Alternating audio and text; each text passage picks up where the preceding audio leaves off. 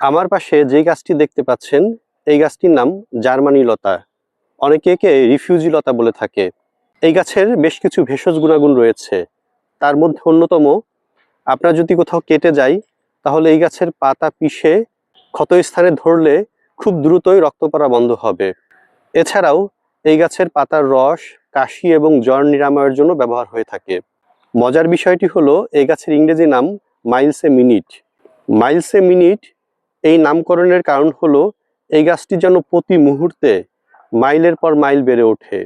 আসলে এই গাছটি প্রচুর পরিমাণে বেড়ে ওঠে এবং যেখানে হয় তার আশেপাশের গাছকে যেন ছেয়ে ধরে।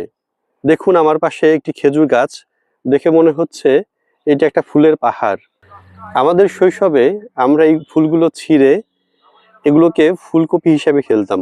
ভীষণ সুন্দর। দেখুন এই পুরো গাছটিকে কিভাবে ঢেকে আছে জার্মানি লতায়।